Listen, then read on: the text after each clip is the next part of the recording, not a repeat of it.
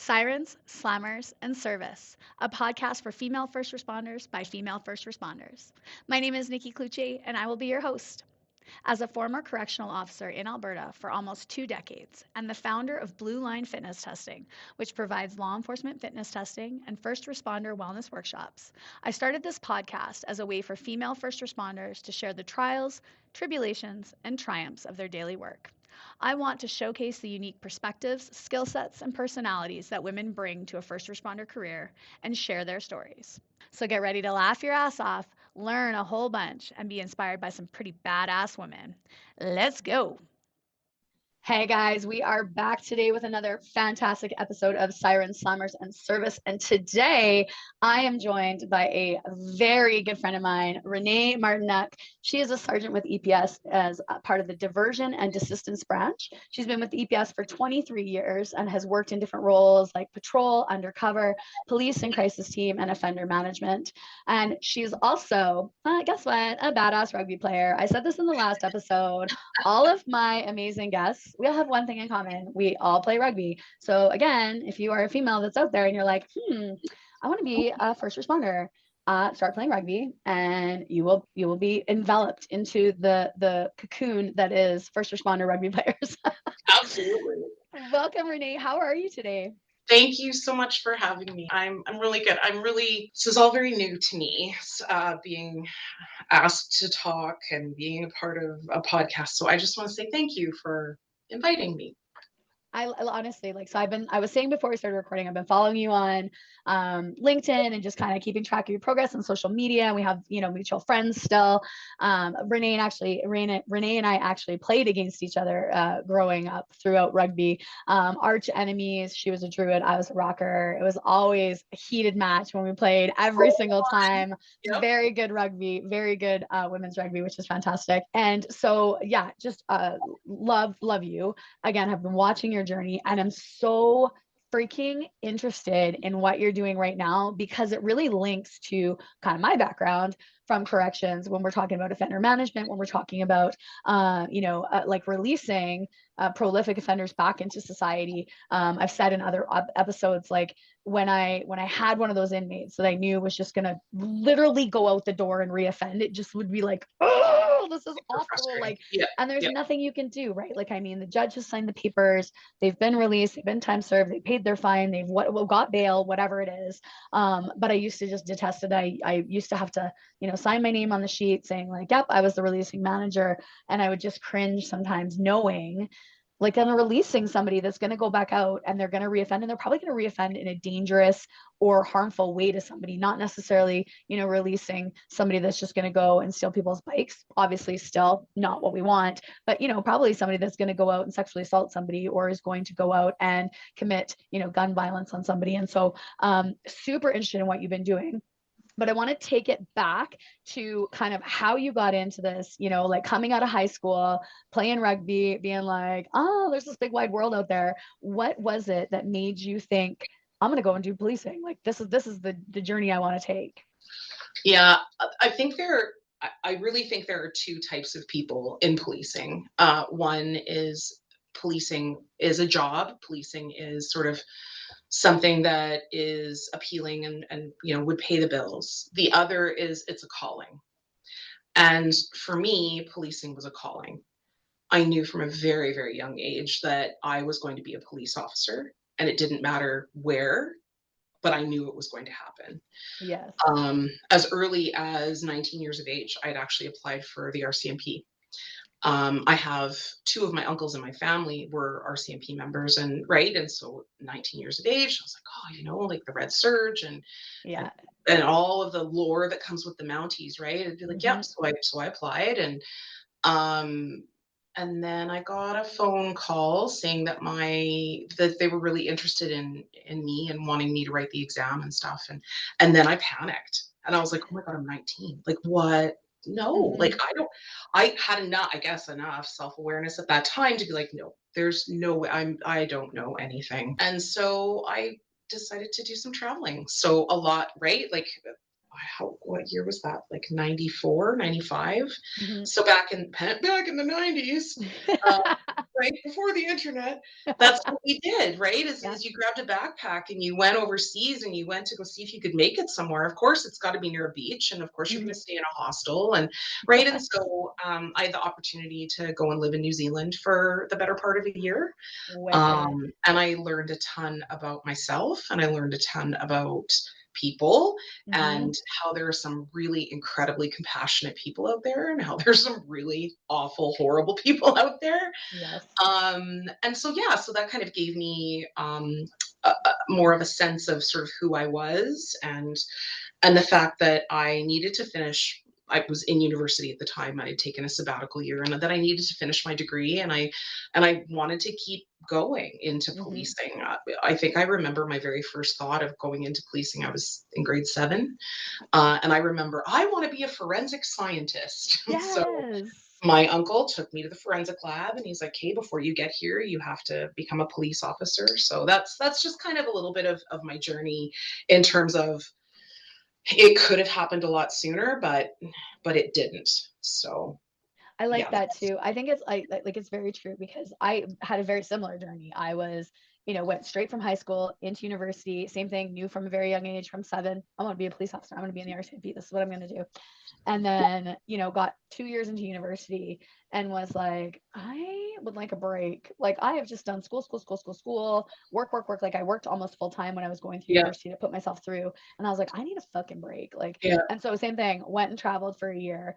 But I remember at 19, because I left when I was 19, turned 20 when I was there, at 19 thinking to myself, like, I am a very worldly person. Like, I know I am very mature for my age, because you're told it your whole life, like, oh, you're very mature for your age. Oh, you hold very good adult conversations, right? So thinking at 19, like, how mature I was, like, oh, I'm so mature. And then getting across the world and being like, holy fuck, I'm not mature, I'm a Yeah. child, oh my god. Like, Yeah. I still to this day, like, I think to myself, like, how did my parents just be like, see you later? Like, because I think my daughter's gonna be in 5 years she'd be like, see you later, mom, and I'll be like, The how about hell you are. Yeah. how about I come? Like, how about I'll just tag along just for the first little bit, right? Like, Right. it's Right. crazy. It's so crazy.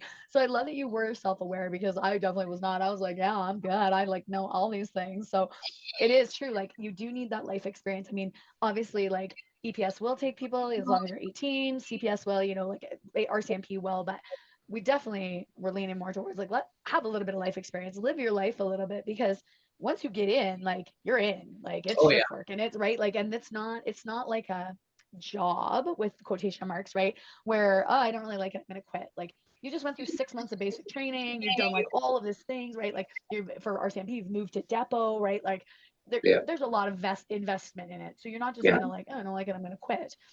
So do your fun things before, live your life before, and then kind of see if that Do you journey know, is still for it's you. actually, I think it's really interesting that you say that. What I've seen in the last probably 10 years in my career is that in policing anyway, I can't speak for corrections, but in policing, I've seen a lot of people treat this career and this profession a lot like just a job. Like, I can Really? leave it whenever. Whereas when I joined the job, it was you pension out. Here's how you right. Here's how you Mm-hmm. budget get everything. Yeah. Here's the best 5 years, and you need to make sure you're your highest. But da da da da, right? Yeah. And now there's a lot of guys who, were at the 4, 5, 6 year mark, and they're like, no, I'm done. I don't want to be here anymore. It's Mm-hmm. not suiting me. It's not giving me the work-life balance that I want. It's whatever the case Mm-hmm. is. But there are a lot, and I think that has a lot to do with just the way that society's changed since the early 1900s, like right when we were young. And so, Yeah. so I think that it's just like, and I don't want to say that that's good or bad. I just want to say it's different.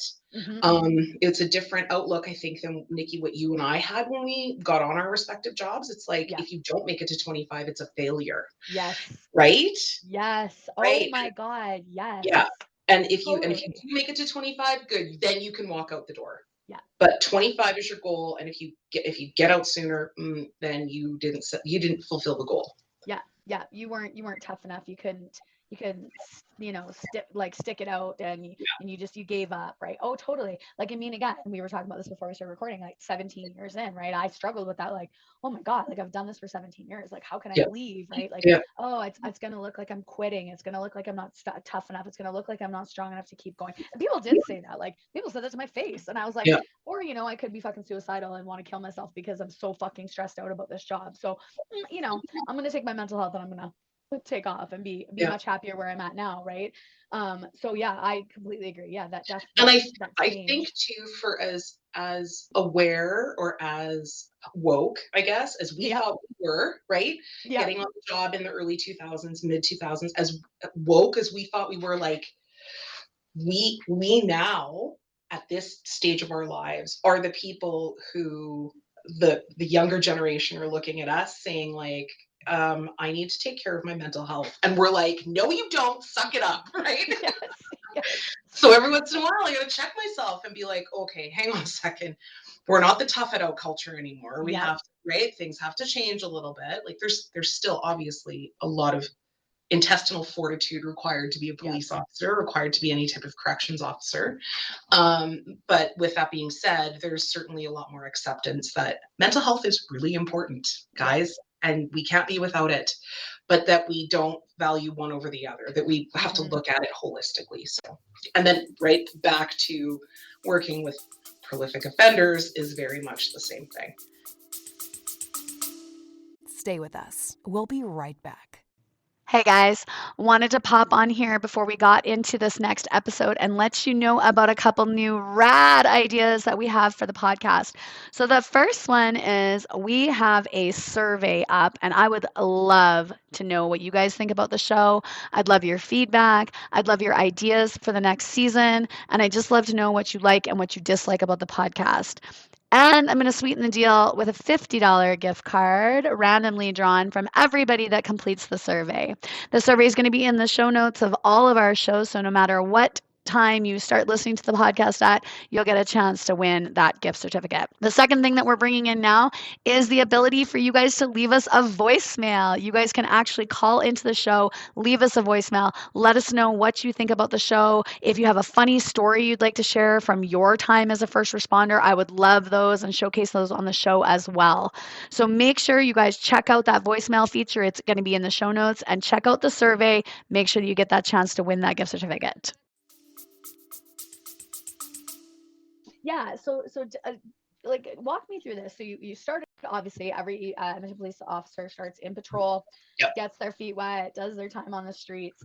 So how did that kind of patrol to undercover to the police and crisis team to now your kind of role? Walk me through that journey and how you kind of were guided to where you're at now. Was it something you were always interested in, or did it kind of just evolve over your years of policing? Yeah. So I would say, like, just like you said, everybody starts in patrol. And in class, I very much wanted to be the female that could handle it, the female that was the strongest, the female that was the one who could endure it all. And so when it came time to choose where you would go or to request where you wanted to go, I requested downtown division because of course I did. I wanted to be the fighter. I wanted to be the one who took care of the worst of the worst. That was my job. And when I got to downtown division and I landed in my first squad and I realized that I didn't have to be that, that I was actually a part of a team that worked together, right? That I wasn't this solo cowboy needing to take care of everything, which is kind of what I had been my whole life, right? Yep. Just in my own kind of world. I had to work as a part of a team. And so seeing that aspect was really interesting to me. It also became very clear very quickly that if I wanted to go up in favor or up in rank, that my path needed to be drugs and gangs. And so not taking them or becoming part of just gonna take some speed and join the red alert. There we go. a little Coke and a little H8 Yeah. now. So it very quickly, it was, yeah, like if you want to escalate up in the ranks, you're going to need to start getting into gang investigations. You need to cultivate sources. You need to, do that kind of work. And so I thought, okay, well, I don't really like opportunistically talking to people. Like I don't like it. I didn't like it. It didn't vibrate with me. Yep. And so I've always been a very gifted actor. Melodramatic, as they say. And so I thought, why not try my hand at undercover work? And it turns out I was quite good at it. Yeah. I buying dope for a living and begging for money on the street and being a sex trade worker to try to trap the Johns. Like those were the things I was good at, and I loved doing it. It was fun and it was dynamic, and I thought, okay, this is good. And then I started to see the ugly side of that world and the types of police officers that were drawn to that world, and they didn't match who I was. I like to call, and again, the opinions shared here are not the opinions of the Edmonton Police Service. They are the opinions of me and me alone. Yeah. I believe I saw a lot of the members that worked in gangs and undercover to be, it was very selfish policing. It was, how can I look good by getting the bad guy and putting him in jail? Yeah. And while I understood that's part and parcel of what we do. Of course, that's part and parcel of what we do. But that shouldn't be the only thing we do. Because if you talk to anybody in policing, they should say, I joined because I want to help people. Yeah. Not because I want to hammer guys and put them in jail, right? Like, yes, there's a part of that, but you also want to help people, right? Yeah. So I could see that there wasn't a lot of helping going on, and it didn't ring for me. Yeah.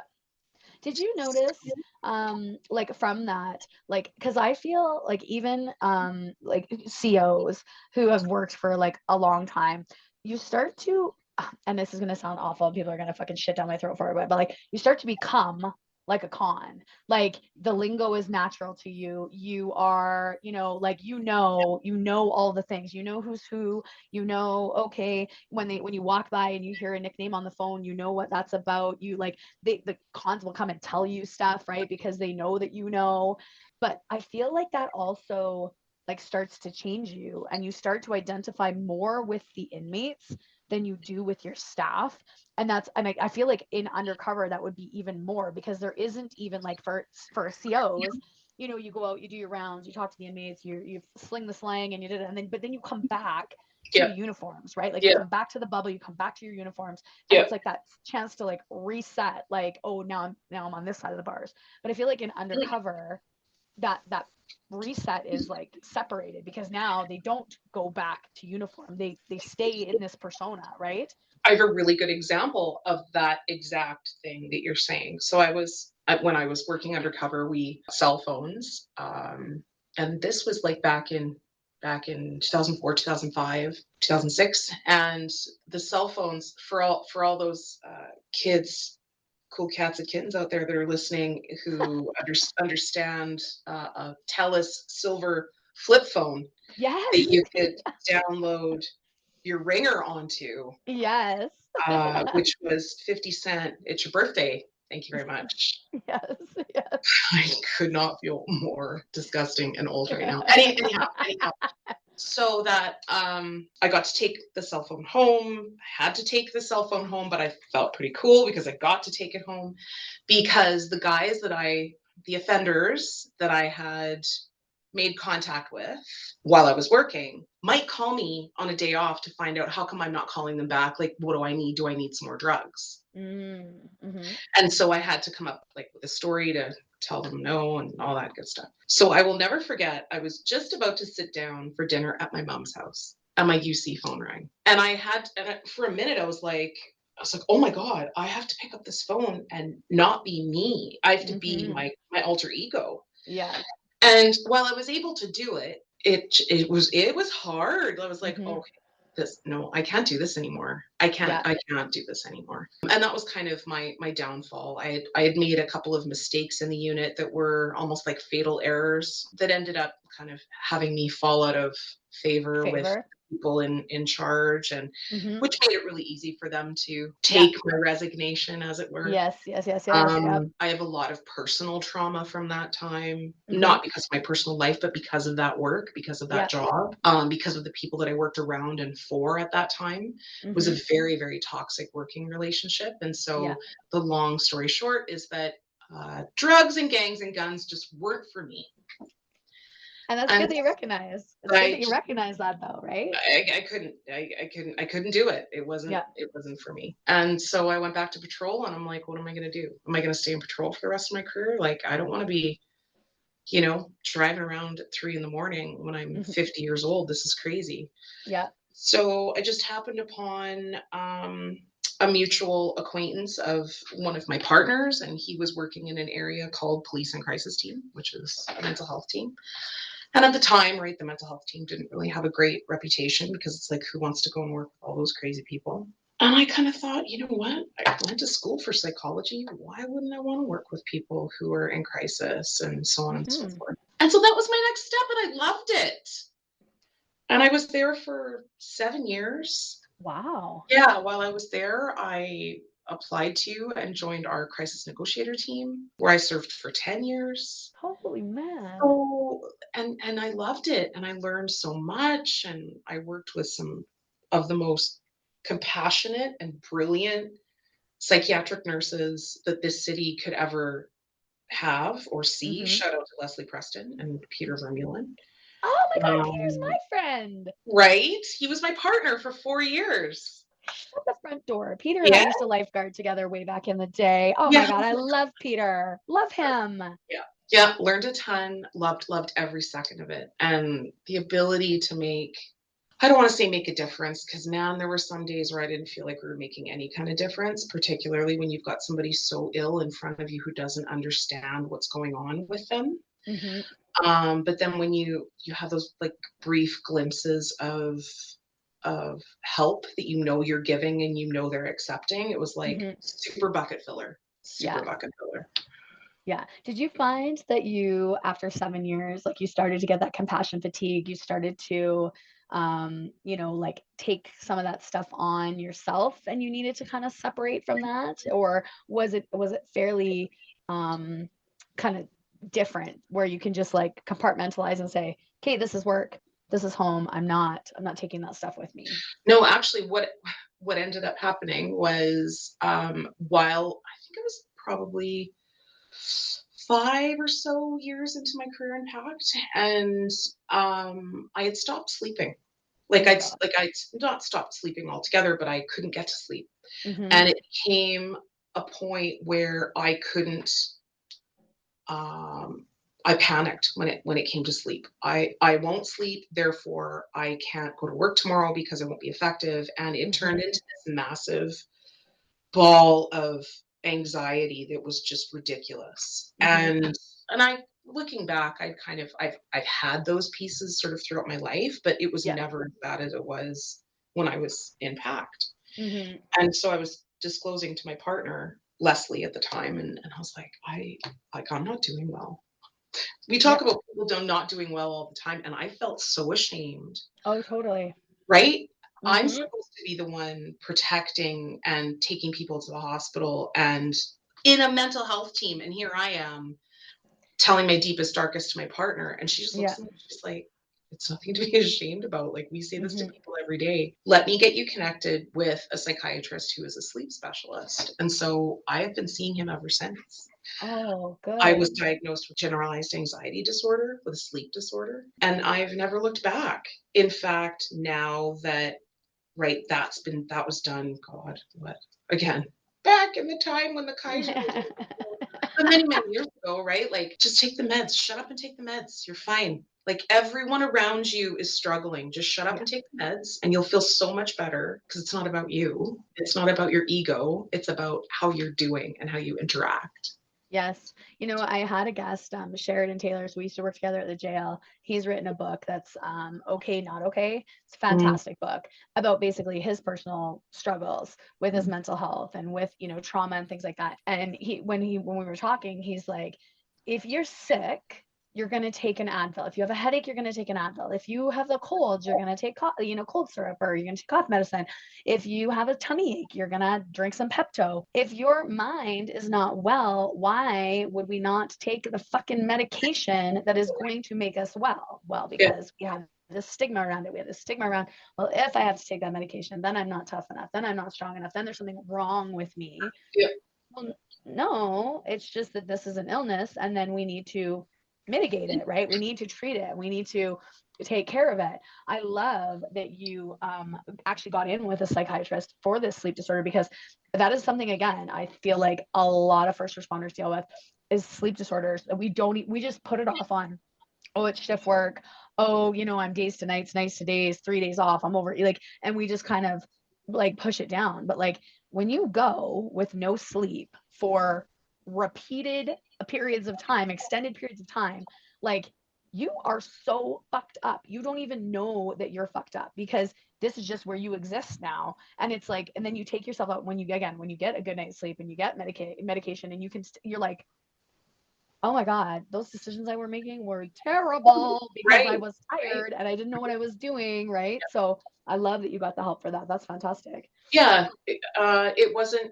I mean, I could look back on it now and be like, "Bitch, please, why didn't you do that sooner?" But at the time, it was a struggle. It was like, Mm-hmm. okay, like, I have be brave. Nobody has to know. And then right, it became a real issue with when you're a negotiator, you're on call 24/7 for a week here in Mm-hmm. Edmonton.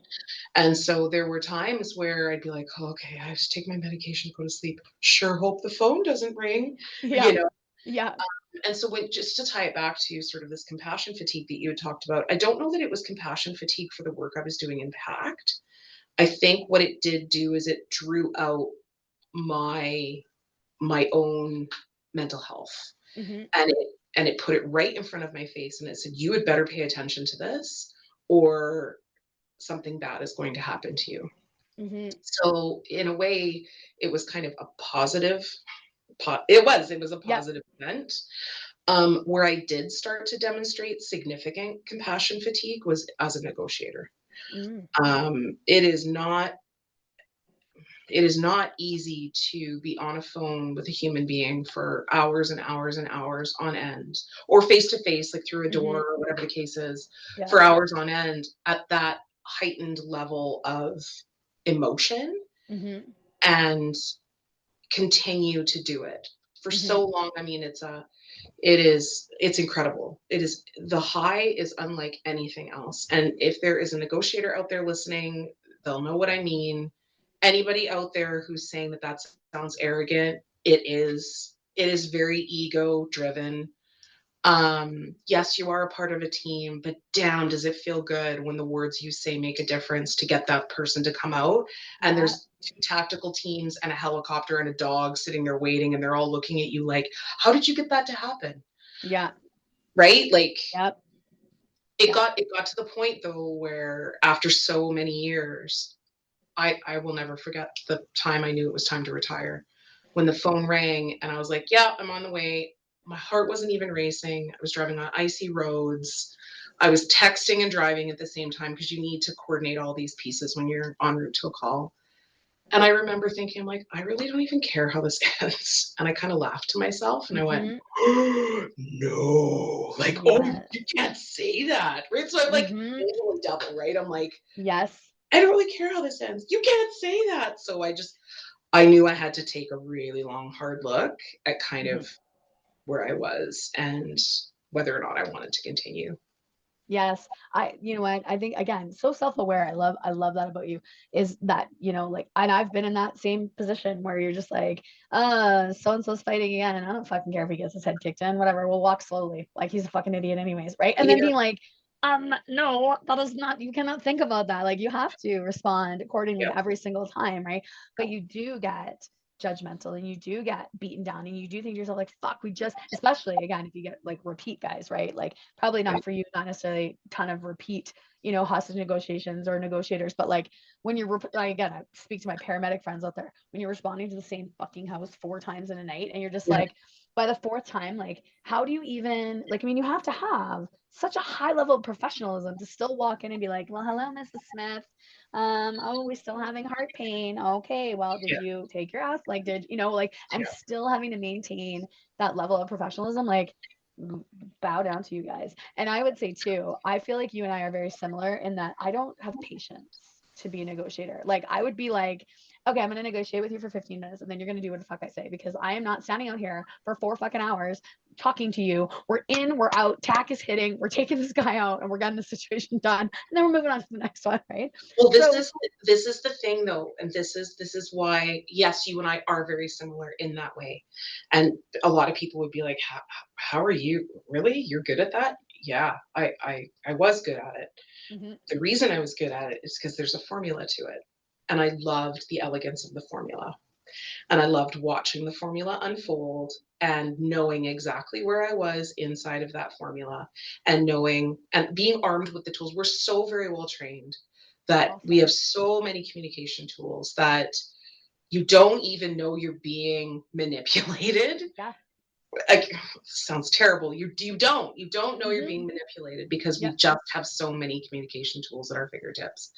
And so I loved that. I loved it. Maybe that spoke to my actor heart again. Mm-hmm. But again, it was this ability to manipulate a situation to get it to turn out the way that I wanted it to, which was a safe ending. I didn't want people to die. I didn't want TAC to have to go in and hurt somebody and then have to deal with the trauma themselves. I didn't want any of that to happen. Yeah.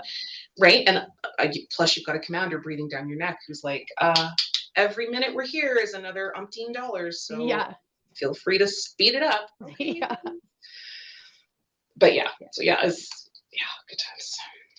So I love it. Like, and again, that makes me happy to hear that you guys are really well trained and you do have the resources, because again, I feel in first responder careers, oftentimes it's the opposite. It's that we're thrown into these roles with not a ton of training, zero resources or zero support, and are just told to like, make it fucking work. And you're like, I cannot make it fucking work because there's nothing to make, right? Like, I said to you before we got on here, before we started recording, that I'm technically, I call myself a double agent. I'm technically seconded to the government of Alberta under Ministry of Public Safety and Emergency Services, but I am an EPS member, and I happen to work every day in an EPS office.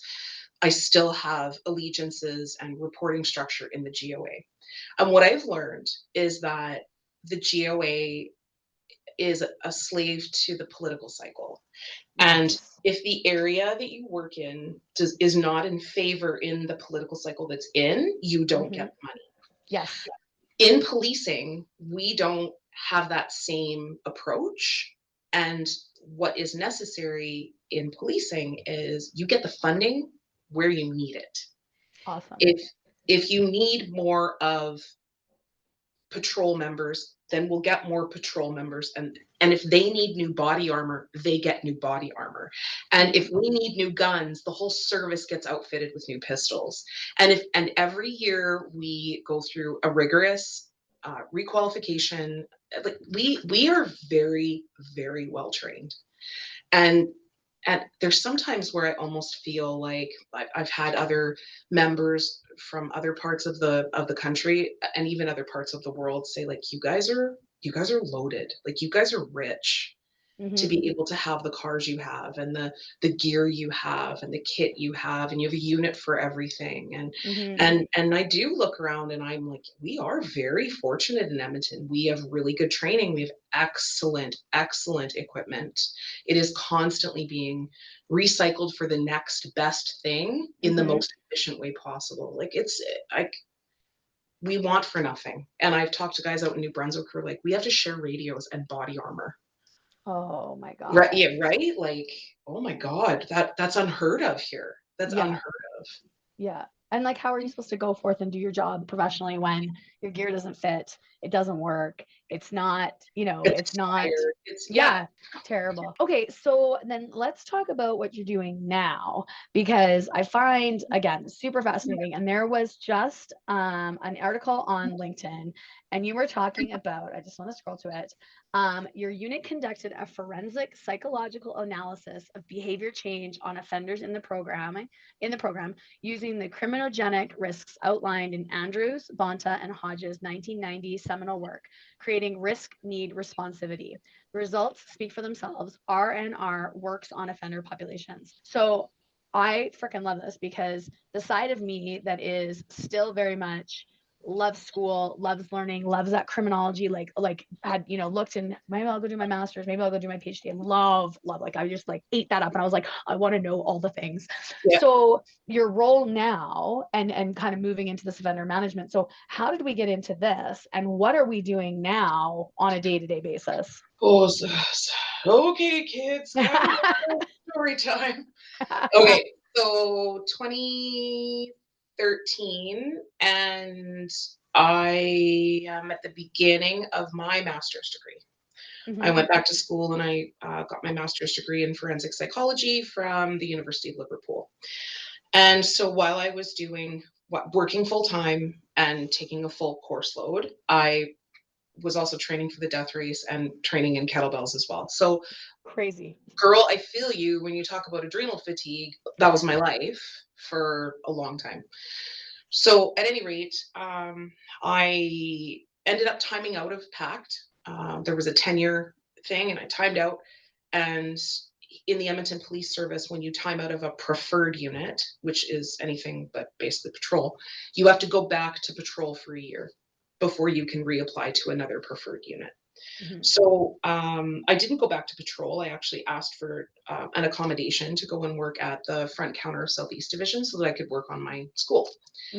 And so I actually really loved my time on the front counter of Southeast Division. First of all, the people were fantastic. I loved every day going to work and working with these guys who made me laugh all the time.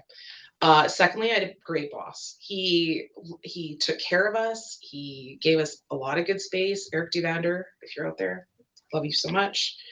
And third, I was exposed to people that I had never been exposed to before. Because I was in Southeast Division, it's a very specific demographic that I was not used to working with. And so it gave me some more skills in communication, which I was really grateful for. So I was sitting on the front counter and kind of, right, Nikki, you and I had talked about the universe before. I'm a huge universe believer. She will come knocking on your door when it's your time. So you just need to be open and listen. And that came in the form of a phone call from my later on to be director of integrated community safety at the GOA, and that's Menashe Nakanj. And so Menashe phones me up, and Menashe used to be a social worker in our CART unit, Child at Risk Response Team. And she's like, hey, Renee, here's the thing. At the time, she was the manager of this unit. It's called Priority Prolific Offender Program, PPOP. I know it sounds like a boy band, but it's not a boy band. We focus on like the worst of the worst in Alberta, and we're trying to put together an offender management strategy for the province. Oh, and I'm on the phone. I'm like, okay. And as she's talking, I'm like, oh man, like I can see a lot of what I'm doing in school really applying to this. And so she's like, I kind of heard that you're doing your master's, and I heard that it's in this area, and would you want to work here? And I'm thinking to myself, you want me to work for the government? Are you insane? Like, I want to go out and bust some heads. Like, that's what I do, right? And it's like, okay, well, give it some thought. And I was like, all right, I guess I'm in, right? So Menashe fought pretty hard to get me there, which was really, really lovely of her. And I have kind of been on that common ever since. So long story short is the folks in the province of Alberta back in 2009 said that we are getting tired of having all of our shit stolen by people who go in and out of jail all the time. What is your strategy to deal with those people? And at the time, the government was like, we're going to put them in jail. and then, right, Yep. focus Yep. on folks in adult corrections. You can attest to Yep. this. Like, no, you're not. And so Yeah. there was this back and forth of, what are we going to do with these people? And so then it became about, okay, well, we need a management strategy. How do we manage offenders that are going in and out of jail? And that's where I happened upon in my studies risk need responsivity, which is just like, it's like my religion, which sounds so ridiculous, but it is. LinkedIn has actually granted me the ability to be friends. No, wait, connections. We're not friends on LinkedIn. Yeah. Connections with Dr. James Bonta, who's one of, and Yes. I sent him a message. I was like, I'm just really excited. And thank you so much. Like, what a loser, right? Like, what Not a a loser. Renee, you are No. a loser. What a loser. You would think I was talking to like Lady Gaga or something. So anyhow, so since that time, I've worked with the Mounties and I've worked with Calgary Police Service, and we've all kind of worked together to come up with a strategy that involves a program called Integrated Offender Management, where police members work with community agencies to address the risks and needs of prolific and persistent offenders. It's very similar to probation work, but it's not probation work. It's more enforcement based. Yeah. So we're your biggest cheerleader, but we're also here if you mess up. So you get to choose which one you want to do. And then we utilize the principles of risk need responsivity. So we match the risk to reoffend with the same amount of service that we provide. So if a guy's off the rails, we're all up in his business. And then we look at the criminogenic needs, right? So we look at whether or not they have sort of antisocial approaches to the world, how we can kind of chip away at those behaviors or cognitions. And then we try to connect them with resources that address things like their family life, their education, their work, what they're doing in their leisure time, and then, of course, their addictions, right? So, but it all starts with identifying the right people.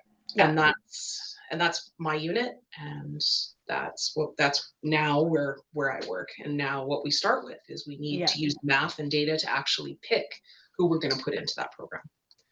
Yeah, and I greatly, like, I remember that 2009 like vividly, because I had just become basically a supervisor and was starting to learn all, like the files and the releases and things like that, and going through the recogs and the paperwork, and yeah, this again, we talked about it before we started recording, when the government comes down, like, we're going to do this, and we're like, we cannot, there's no space, right? So the government came down and said, and EPS was like, we need to get these people off the street. The society is telling us we just keep letting these guys out, and they just keep reoffending. And it's the same, I think we had like 65 guys on the first list. Like, it's the same 65 guys across the province, 65 people, because it was male and female.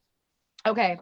And they're like, put them all in jail. And we were like, we don't have 65 beds across the province. We do not have any beds. All of the jails are over full. Edmonton Remand Center downtown was like at triple capacity. Like, we were, the idea of the new remand was like percolating, but we didn't really, like, it was still 4 years away. And it was like, we can't take them. Sorry, guys, you're going to have to figure something else out. Right. But then, every so often they would do something bad enough. Well, no, they have to come to jail now, because, this wasn't just a minor reoffend. It's a pretty major reoffend.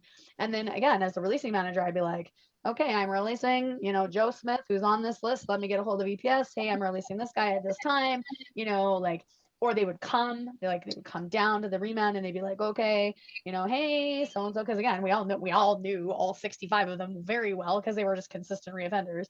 Okay, hey, we're releasing, where are you going to stay? How are you getting there? What's like, do you have your license? Do you have a bank card? How are you going to pay for the cab when you leave here? Like, are you going to pay for the cab?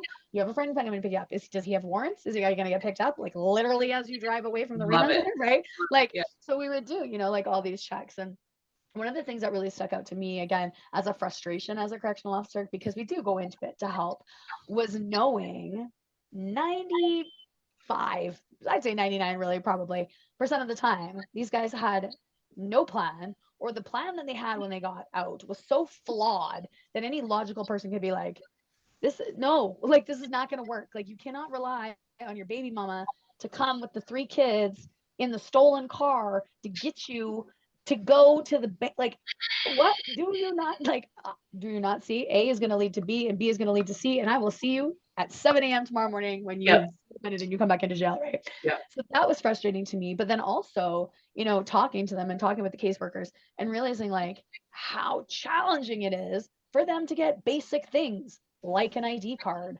like a bank card, like a stable place to live, so when they get out with no resources, what's the first thing they do? Even if they have done all the work while they were in jail, if they did like a fed bit or a long provincial sentence, Yeah. like they're sober, they're straight, they've gone to school, they're usually coming out like, I'm going to change my life around. But like with zero help on the outside, there's no place for them to stay. There's no work. They don't have ID. Like they can't, like the basic things that we take for granted as citizens. Yeah. And these guys, they can't get it. And so then we're like shocked when they reoffend. It's like, well, what do you mean you reoffended? Well, boss, I didn't have a bank card. So even though I got money in my bank account, I can't get it and I need to eat. So I stole food from Safeway so I could eat. And guess what? Hi, I'm back. And you're like, oh my God, right? So I love that this work is still continuing, because after I left the jail, right, like I moved out of that releasing manager role. You kind of lose touch with what's going on with that. So I love that it's still going on, and that we're still identifying these people and saying like, we need to give you what you need to succeed, or we will just see you right back at the jail. Yeah. So what does that look like now? Like I'm assuming, obviously, because I was 2009, we're 10 years down the road. The resources must be a lot better, and there must be a little bit more services that we can offer to these offenders. Am I on the right track? Yeah, I think you are. So I'm a little bit like a boiled frog, right? You kind of don't know you're in the rolling boil until you're like, you look around and you're, God, it's hot in here, right? Yeah, Like, and yeah. the degrees have been turning up a little bit every so often. I think that back in 2009, like I said, it was very enforcement focused. Mhm. It was, let's get a very significant, serious bail package attached to this person. Mhm. Let's identify 60 out of the whole province and let's get everybody on the same page. And now I think what we're seeing is it's a lot more nuanced. There are a lot of people who are, so there's an actual definition of prolific and persistent. Prolific offenders, the way that they offend is they offend in clusters or in bursts. So like when a guy goes on a tear, that's a prolific offender. A persistent offender is somebody who offends all across their lifetime. So that's somebody who's like been offending since they were just little, and then ones who are offending even when you meet them that day. What our area now, or what we're seeing that needs to be focused on, are the people who are both offending across their lifetime and who go on those tears, right? And so there's a lot of literature out there that say anywhere from 6 to 10 or even 6 to 15% of offenders in a community commit anywhere from 50 to 60% of crime. And so those numbers are the numbers that we use to focus on who is committing the most crime. Okay, so once we have those people, what do we do with them? Okay, well, we'll assign a police officer to them. This is what it looks now, current state in Edmonton. We have a unit called the Integrated Offender Management Unit, where we have 5 detectives who have caseloads of anywhere from 10 to 15 offenders each. And we also have a unit of social service navigators. And that is, I think, 10 or 11 navigators with different community agencies who work to meet the basic needs. So things, you already said it, ID, food, a place to sleep, place to put their head, right? Something that's more than just a shelter. So we're looking for some supportive housing, perhaps, which is in short supply here in Edmonton, anywhere, I think, really. Yeah. And again, supportive housing, not just housing, but supportive housing, right? Because a lot of these guys are institutionalized, right? Yeah. And they're used to getting 3 squares handed to them through the slots and knowing when lights are out. And if they don't have that structure, they are going to go use dope and go on a tear. Yeah. So it's that supportive housing that's really important. So we have those detectives that work hand in hand with our navigators to meet the offender where they're at, physically, emotionally. Some of our guys can't read, right? So some of them are illiterate. We need to make sure that they understand why we're involved, that we're not going away, and that we're here to help. If you want out of the life, we're here to give you some resources. No, you're not interested? Okay, well then we're going to put the same amount of effort into making sure that you go back to jail and stay there as long as possible. Mm-hmm. So that's kind of the way that it looks operationally. How it went through my journey was doing that operational work by myself. And by myself, I mean for Edmonton, Yeah. by myself from 2014 until about 2017, 2018, when we had someone from John Howard come on board and work with us. And then we started to operationalize that idea inside of Northeast Division here in Edmonton. So my Mountie partner and I both had caseloads, and we worked with one sort of navigator who would help us with these things. And then Chief McPhee showed up around 2019, 2020, and he started saying things like the social determinants of justice are the same as the social determinants of health. Yep. So why aren't we focusing on health pieces? So that gave us the bolster for the creation of the branch that I'm in, the creation of the Community Safety and Wellbeing Bureau that I'm in. That a lot of us love the work we do here because we get an opportunity to actually make a difference, right? Work with different agencies too. So and it's only a couple of years old, right? Like it's just this way of actually frontline. It's removed from the front line, but it's frontline focused, working with offenders to really change that human behavior. Alberta's kind of the leading province here doing this stuff. So naturally, that's kind of how we led to this. A lot of people are like, oh, it's working. How do we know it works? Well, okay, so I use my nerd brain, and I happen to be able to have people at my disposal on a team that I'm like, hey guys, this is what we're going to be focusing on. And we did the study, and the study showed that we've got some significant reductions in some pretty serious behavior. And so we were able to present it to a lot of our executive, got a lot of applause, pats on the back. We were actually able to present it to the commission. That was crazy. Wow. And the commission was like, oh my God, this is amazing, right? Because for so long, we've only heard about the help team. We've only heard about the healthy streets outreach stuff and what's going on with transit. And we've been quietly plugging away here in integrated offender management for a really long time. So it's kind of nice to get a little bit of support from social out there. For sure. Well, and especially because, again, 90% of the people that you're dealing with are the issues that we're having on transit, and there are the issues that we're having on that's so circular, right? And so identifying them, recognizing that yes, these are the ones that we need to keep an eye on, and let's deal, and then the filter down effect of that is like less harm for them, less trauma, less, there's less criminal activity because we've taken care of one person who was committing 50 to 60% of the crime. Wow, right? Like intuitively though, and I don't know how corrections, I would imagine corrections is probably the same, but policing intuitively is a ADHD short game approach to things. It is, I want answers, I want to solve a problem, I want to see results, and I want to move on to the next. And integrated offender management is a long game. It is a very long game. It's actually a long con. It's actually a lot like negotiation, but just for a really, really long time. And so that's how it's all kind of, for me, naturally dovetailed together, that's kind of how I've come to kind of be the subject matter expert in this area, just because it's just, it all comes together. It really does. That is, and I like that it kind of dovetails together based on all of your experience, all the things you've been doing. And corrections for sure is a short game. And you know what I feel it's really driven by, and you brought it up before, like the government is taxpayer based, and it's here's the problem. The taxpayers are saying, here's the problem. We need answers. We need a solution. We need to move on to the next thing, because the taxpayers are coming back again and saying, now this is an issue. It's transit. Okay, now it's homelessness. Okay, now it's, theft of catalytic converters. Okay, now it's theft of cars. Now it's Amazon.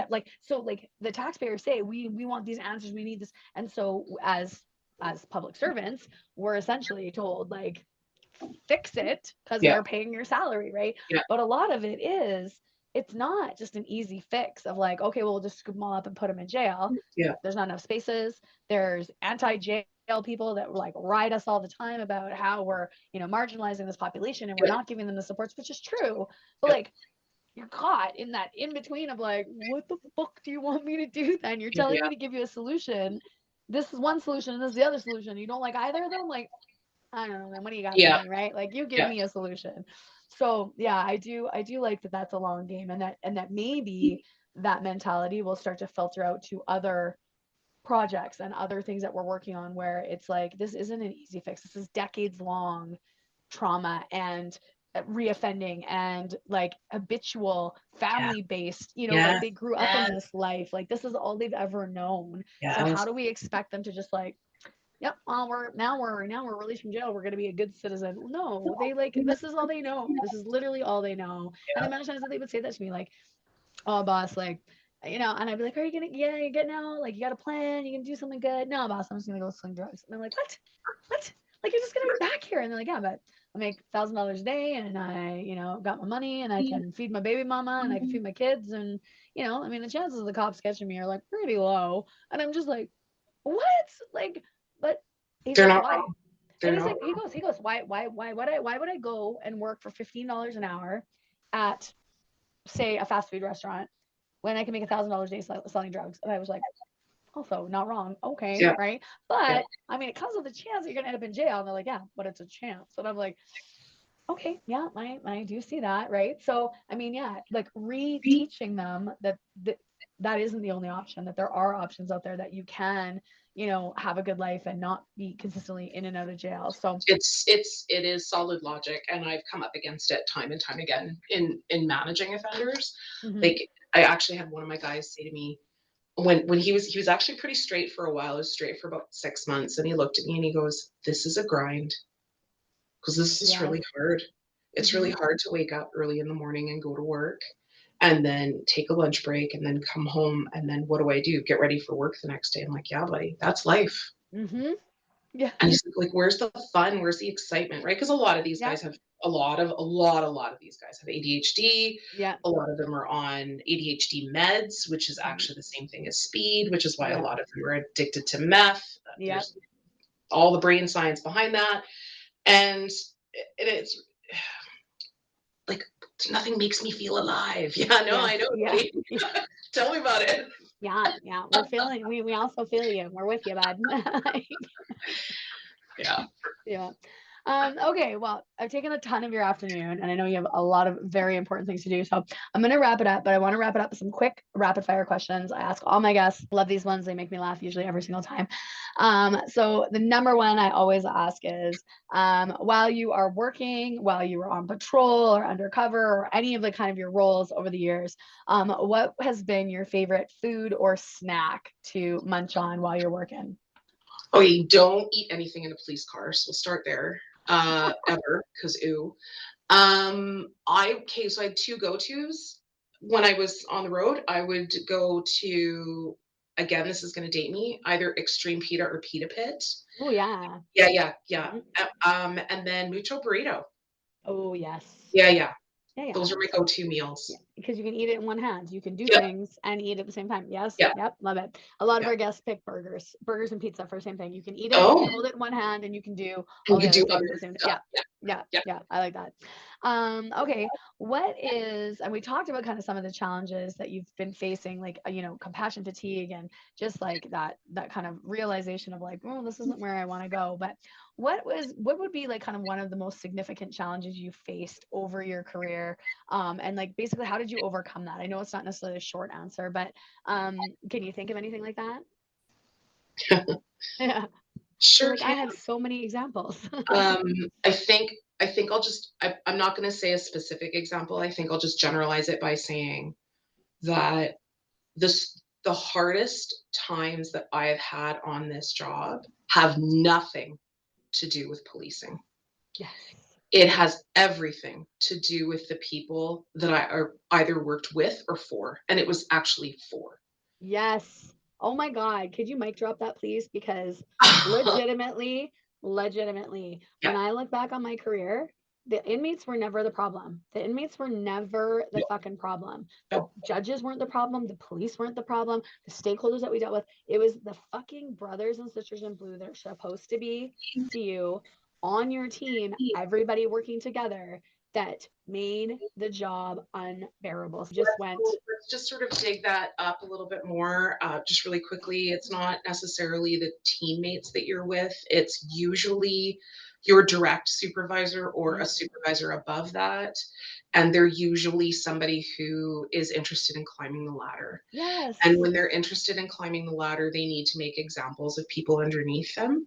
I was an example for two people who made things very, very difficult for me, to the point where I really reevaluated whether or not I wanted to continue with my career in policing. So for anyone out there, yourself included, Nikki, for anyone out there who's experiencing that, the way that I overcame it was I just kept to the mantra of what goes around comes around, number one. Yes. And number two, I don't know what the lesson is, but there is a lesson in this. So I need to endure it. I need to get through it. I need to take care of myself as best as I can, but I need to watch what's going on because there is a lesson in this. And so it was really thinking about it like it was a teaching moment rather than why me? It's too pitying to think why me. Totally. I really needed to take that away. And I have come to realize what those lessons were. Now that I am lucky enough to be a supervisor, I get to act exactly the opposite of what was modeled for me from those people. So yeah. I feel like that's exactly right. Like what you're saying, there's a lesson in this. And sometimes it's like, but does it have to hurt so badly, this fucking lesson? Like, could you just take it a little easy, universe? But again, when you take it and then you become a supervisor, you literally look and you're like, fucking absolutely not going to be like that, and absolutely not going to be like that, and absolutely not going to be like that. And so then you craft who you as a supervisor want to be. And usually you end up being the supervisor that people want. Like when I quit the job, there was staff that I was sure hated my fucking guts. Like was fucking positive hated my guts because I was hard and I held them to a high standard. And, you know, I'd catch them slacking and I'd call them out. And a lot of managers just turned a blind eye because, well, it doesn't matter, right? And I was like, no, like, you know, we have integrity here and we have accountability and I'm going to hold you to it. And when I left, the amount of messages I got from staff, like literally that would shock me. And I'm like, so-and-so just told me that they miss me and that I was the best supervisor they've ever had. And I'm like, I thought they fucking hated my guts. Wow. Okay. Right. Like, so that's amazing. Yeah. Like obviously did something right along the way. Right. And you know, that made an impact on staff, which is what I do miss. I do miss that part of my job, but I totally get that. With, you know, the challenges and stuff. So, okay, and then the last one, I want to wrap up with something funny because I just love funny stories. What is one of the funniest things that has happened to you in your career across the board? It's hard. There's a lot. There's 23 years to pick from, but there's got to be one that sticks out. Oh yeah, I mean, there's so many. Okay, so yeah, oh my God, I'm like literally my life is flashing before my eyes. I had a partner that I worked with in downtown division, and it's literally it's about him, but it's about how we handled this together.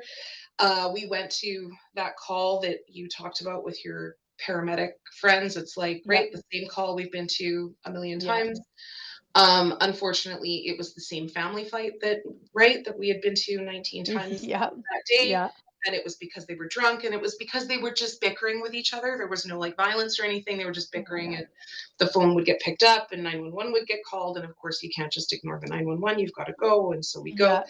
And my partner who was a male, he gets out of the car he was driving. I was getting out of the passenger seat, and the way that he parked, I should have gone on to the sidewalk ahead of him to get up to the house. And he pushes past me. And I was like, what is your problem? He goes, follow my lead. And I was like, oh, okay, whatever, big guy. So already I was like a little irked, a little pissed. So we get inside the house, we get downstairs into the basement suite, of course, where this couple was fighting. And it was, you know, F-bomb this and F-bomb that and C-bomb this and C-bomb that. Okay. And it turns out they were fighting over a piece of property that one thought the other belonged to, so on and so forth. And it was my turn to take the call. So I went to pull out my notebook, and my partner looks at me and he goes, "I've got this." Like, he was really pissed. And I just looked at him and I go, "Oh, no, it's my call." He goes, "I've got this." And I was like, okay, we're on. Like, we're acting, we're on. Yeah. And I looked at him and I go, "What is your problem?" And he looks at me and goes, "You don't know what my problem is? I have had it with you. I have had it with you. I don't even want to talk to you. I don't ever want to work with you again. I can't stand you. You are terrible. You're awful. I can't even believe what you said to me last week, and you don't even remember. What do you mean?" And we're fighting. And the two people in front of us, they stopped fighting and they started staring at us. And so we're back and forth and back and forth. And I'm like, "We need to leave." So I looked at my partner and I go, "Is this about the abortion?" Oh my To me, God. and he goes, "You know what this is about." And then he snapped his notebook closed, put it in his pocket, and walked out the door. And I looked at the couple and they're like, "We'll go to bed. You just need to go deal with that. We'll go to bed. Just you go deal with that.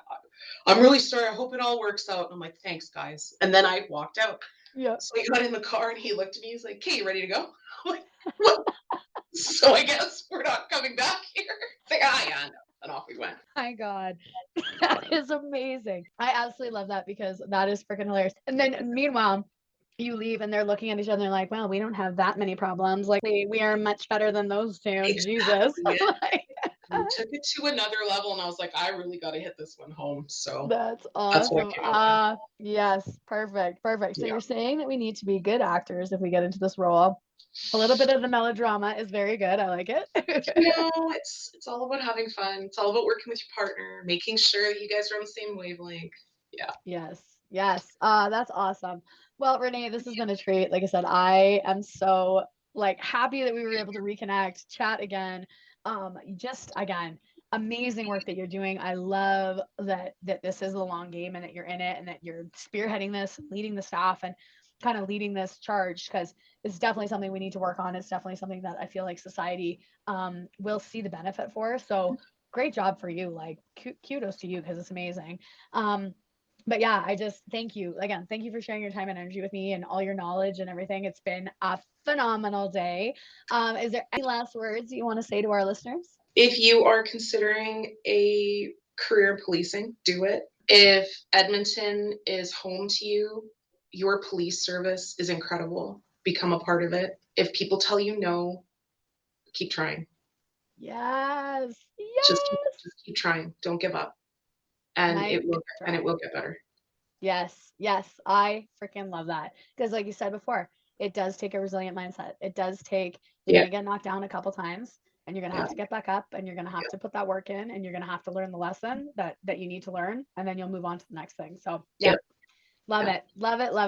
All right. Well, I hope you have an amazing rest of your day and we will catch up hopefully on the rugby field at some point or at pitch for a beer or two. That'd be great. Thank you. I really appreciate it. Thank you for all your kind words. It's really nice to reconnect with you. Totally. All right. Have a good one. Thank you. You too. Well, that's it for today, folks. Thanks so much for tuning in, listening, giving me your time, your energy, and your attention. I completely appreciate it. Make sure you check out our next episode with another badass female first responder anywhere you get your favorite podcasts. And follow us on Instagram and Facebook at bluelinefitnesstesting.com. I hope you stay safe, keep your head on a swivel, and watch your six.